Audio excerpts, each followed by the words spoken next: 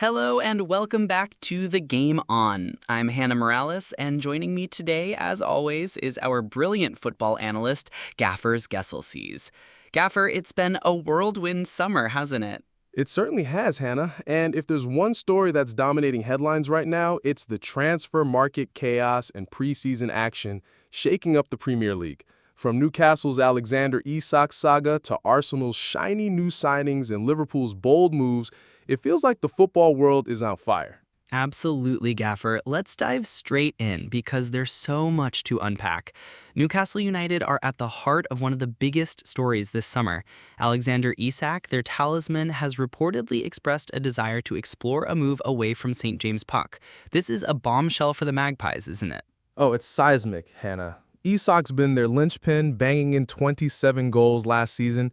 To hear that he's open to leaving, especially with Liverpool circling like sharks with a reported £120 million interest, though Newcastle are holding firm at £150 million, it's a real gut punch for Eddie Howe and the fans. You could feel the tension in Howe's comments this week when he spoke in Singapore. Let's get to those comments because Eddie Howe was measured but clearly emotional when addressing Isak's situation.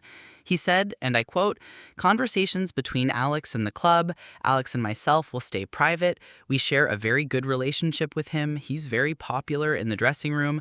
We'd love him to continue his journey here, but whatever happens, it has to be right for Newcastle." Gaffer, what do you make of that? It's classic Howe, isn't it? Diplomatic, but you can hear the underlying plea for Isak to stay. He's trying to balance optimism with realism, saying he's confident Isak will stay, but admitting it's football, so who knows what the future may bring. That's a man who knows the transfer market can be brutal. Newcastle are in a strong financial position, as Howe mentioned, but losing Isak would be a massive blow to their ambitions. And it's not just Isak. Newcastle's transfer window has been tough. They missed out on Burnley's James Trafford, who went to Manchester City for £27 million, despite Newcastle matching that bid. They've also seen targets like Brian Mbembo, Liam Delap, João Pedro, and Hugo Ekitike slip through their fingers to league rivals. Gaffer, is this a sign of deeper issues at Newcastle? It's a rough patch, no doubt. Newcastle's recruitment has been sharp in recent years, but this window feels like they're hitting every obstacle. Missing out on Trafford, who could have challenged Nick Pope for the #1 spot, hurts. And the striker market, it's a bloodbath.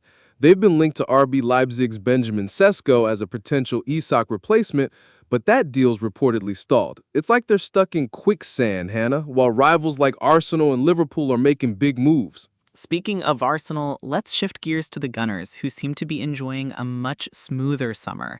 They've secured Sporting Lisbon's Victor Gyökeres for £55 million, with the potential to rise to £64 million. That's a marquee signing, Gaffer. How big is this for Mikel Arteta's squad? It's huge, Hannah. Gyökeres is a proven goal scorer with 22 goals and 12 assists last season at Sporting. For $55 million in today's market, that's a steal for a striker with his physicality and finishing. Arsenal sporting director Andrea Berta deserves credit for wrapping this up despite Sporting's reluctance. Gyökeres hasn't trained with the squad yet in Singapore, but his arrival signals Arsenal's intent to compete for the title. And it's not just Gyökeres. Arsenal have also brought in 21-year-old center-back Keiston Mosquera from Valencia for just £13 million. He's been hailed as a coup, especially as backup for Gabriel and William Saliba. With Gabriel missing their preseason game against Newcastle due to injury, Mosquera could see significant minutes this season. What's your take on Arsenal's business? Arsenal are playing chess while others are playing checkers, Hannah. Mosquera's signing is shrewd, young, talented, and affordable. He's not just cover. At 21, he's got the potential to challenge for a starting spot, especially with injuries like Gabriel's popping up. Add in Martin Zubimendi starting in midfield and the likes of Christian Norgard and 15-year-old Max Dowman on the bench, and Arsenal's squad depth is looking formidable. They're building a team for now and the future. Let's talk about that preseason game in Singapore, the first ever all-Premier League fixture in the country. Newcastle's Anthony Elanga opened the scoring with his first goal in black and white, but Arsenal took an early corner. It didn't threaten, but it showed their intent. Gaffer, what did you make of the lineups and the context of this match? It was a fascinating clash, Hannah. Newcastle, without Isak, leaned on 21-year-old Danish striker William Osula up top. He's raw, but showed promise. Elonga's goal was a moment of quality, a reminder of why they paid $52 million for him from Nottingham Forest. Arsenal, meanwhile, had Zubimendi and Marino pulling the strings in midfield, with Kai Havertz leading the line in Gyökeres's absence. It's preseason, so the result matters less than the performances, but you could see both teams feeling the weight of their off-pitch dramas. Absolutely. And while Arsenal are riding high, Newcastle's struggles off the pitch are mirrored by their preseason form. They were thumped by 4-0 to Celtic in Glasgow last week, while Arsenal got a solid 1-0 win over AC Milan. That contrast in fortunes is stark, isn't it? Night and day, Hannah. Arsenal's 1-0 win over Milan, who then beat Liverpool 4-2, shows they're already clicking in preseason. Newcastle's 4-0 loss to Celtic, though, exposed vulnerabilities, especially without Isak. It's not panic stations yet. Preseason is for experimentation, but Eddie Howe will want to see more fight, especially with the transfer window adding pressure. Let's move to Liverpool, who are making waves of their own. Their 4-2 loss to AC Milan and Hong Kong was a tough one, but it highlighted both their potential and their current limitations. Arne Slot was candid post-match, saying, "Conceding 4 isn't what we want, but we were missing 7 senior players, so players had to play out of position." Gaffer, break down that game for us. It was a mixed bag, Hannah. Liverpool were experimental, no question. Without a recognized center forward, Hugo Ekitike wasn't ready, and Darwin Núñez was sidelined with a minor injury, they struggled for cohesion. Dominic Szoboszlai was the standout, scoring a world-class goal, bending it into the top corner, but defensively they were exposed. Rafael Leao tore them apart on the counter, and Virgil van Dijk had a rare off day. Slot's right, missing 7 senior players hurt. But losing duels too easily and poor counterpressing were the real issues. And then there's the Luis Diaz situation. Liverpool rejected an initial £58.5 million bid from Bayern Munich, but the German champions have come back with a £79 million offer. Diaz has made it clear he wants to join Bayern, and Arne Slot confirmed he was left out of the Milan game due to transfer speculation. This feels like another blockbuster move in the making, doesn't it? It's massive, Hannah. Diaz has been a key player for Liverpool since joining in 2022 for £37.5 million. Now, at 28, with 2 years left on his contract, $69 million is good business if they let him go. But losing him, especially after their emotional tributes to Diogo Jota, whose number 20 has been retired at the club, feels like another blow to their attacking depth. Slot's comments were telling. There's a lot of rumors around him lately, and I cannot go into that. He's training well, but we've decided not to play him yet. That's a manager bracing for impact.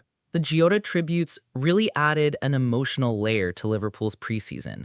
The special shirts with the Diogo J20 patch, the floral tribute before the Milan game, and the club's plans to fund a grassroots program in his name through the Liverpool Foundation. It's a beautiful way to honor him. Gaffer, how do you think this is affecting the squad? It's galvanizing them, Hannah, but it's also a heavy burden. The players are wearing those patches with pride, and you saw it in the Hong Kong crowd with their Forever 20 flags. Retiring Diogo Jota's number and turning tributes into a lasting legacy is class from Liverpool. But on the pitch, they're still adjusting. Without Jota, Núñez, and now possibly Diaz, their forward line is stretched thin. That's why their reported interest in Isak makes sense. They need a proven goal scorer to fill that void. Let's talk about Liverpool's transfer business because it's been eye-watering. They've spent £270 million this summer, potentially £300 million with add-ons, including £100 million, possibly £116 million for Florian Wirtz, and £69 million for Hugo Ekitike. Add in signings like Georgi Mamardashvili, Milos Kerkez, and Jeremy Frimpong, and it's clear they're going all in. Gaffer, is this sustainable? It's bold, Hannah, but Liverpool have played the market smartly. Their sales, like academy players and others generating over £60 million, are pure profit under PSR rules. If they sell Diaz for $69 million and potentially Núñez or Harvey Elliott down the line, they could raise another $150 million. That keeps their net spend healthy. Wirtz is a statement signing, and Ekitike is a gamble that could pay off big. They're not just splashing cash, they're investing in a squad to dominate for years. And then there's the data revolution, which ties into our broader discussion. We heard from Graham Lassalle, who's now co-founded Machine Football, an AI company analyzing datasets from 2,000 teams to match players and clubs by style. Lascelles' story is incredible, from surviving a debilitating Chelsea dressing room in the 1980s to thriving in today's more inclusive football culture. Gaffer, how is data changing the game?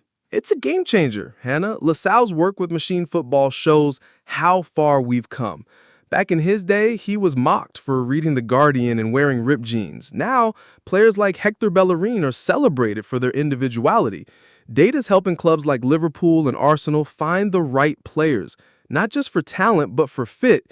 It's why Arsenal went for Gyökeres over Sesko, and why Liverpool are targeting specific profiles like Isak. It's not just about stats, it's about building cohesive teams.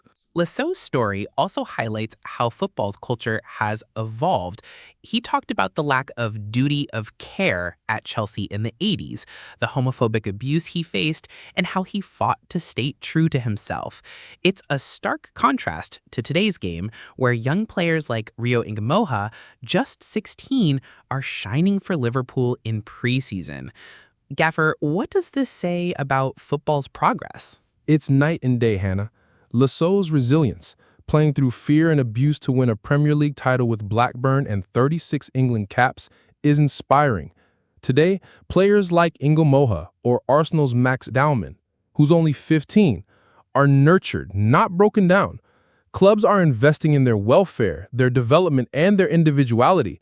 Lasso said it himself, there's much more acceptance now of the individual. That's why we're seeing fearless youngsters like Ngumoha take on AC Milan without blinking. Let's circle back to the preseason action. Liverpool's 4-2 loss to Milan showed flashes of brilliance, like Zabasalai's goal and Ngumoho's fearless dribbling, but also defensive frailties. Milan's counterattacks, led by Rafael Leao, were clinical. Gaffer, what lessons can Liverpool take from this? They need to tighten up defensively, Hannah. Slot pinpointed it, losing duels too easily and poor counterpressing. Leao's opener, where he punished Van Dijk's hesitation, was a wake-up call. Milan's other goals from Ruben Loftus-Cheek and Noah Okafor exposed Liverpool's makeshift back line. Konstantinos Tsimikas and Ryan Gravenberg playing center back isn't ideal. Slot's experimentation is fine for preseason, but they'll need their senior players back, especially with the Community Shield against Crystal Palace on August 10th looming. And Arsenal's clash with Newcastle in Singapore was another glimpse into their preparations. Havertz leading the line, Zubamendi and Marino in midfield. It's a strong spine, but Newcastle's Alonga and Osula showed they're not just rolling over. Gaffer, how do these preseason games set the tone for the season? They're a proving ground, Hannah. Arsenal's depth and versatility shone through, even without Gyökeres or Musqueta. Havertz is staking a claim to be their main man up top. For Newcastle, Alonga's goal and Osula's energy are positives, but they're playing catch-up. These games are about building rhythm and testing new faces. Arsenal look further along, but Newcastle's grit could carry them once the season starts. Let's touch on Manchester City and Manchester United, who are reportedly eyeing PSG's Gianluigi Donnarumma. With PSG identifying a replacement, this could be a huge move. Gaffer, where would Donnarumma fit best? It's a juicy rumor, Hannah. City have Ederson, but Trafford's arrival adds competition, and Donnarumma's world-class pedigree could elevate them. United, though, desperately need a reliable keeper to challenge Andre Onana. Donnarumma's experience at 26 makes him a fit for either, but I'd lean towards United. He'd be the undisputed number one, and they need that stability. And finally, let's look at the bigger picture. The transfer market is heating up as we approach the September 1 deadline. Liverpool's potential Isak move, Arsenal's new additions, and Newcastle's fight to keep their star man, it's all building to a dramatic finish.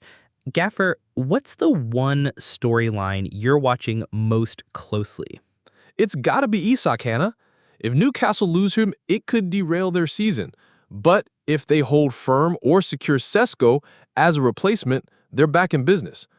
Liverpool's ambition to break Chelsea's transfer spending record with a $150 million move for him is the kind of blockbuster deal that could define the Premier League race. It's high stakes, and I'm glued to it. Couldn't agree more, Gaffer. This summer's transfer saga and preseason action are setting the stage for an electric 2025-26 season. That's all we got time for today, folks. Thank you for joining us on The Game On. Gaffer, always a pleasure. Cheers, Hannah. Can't wait to see how this all unfolds. See you next time, listeners. Until then, keep your eyes on the pitch and your ears on The Game On. Goodbye.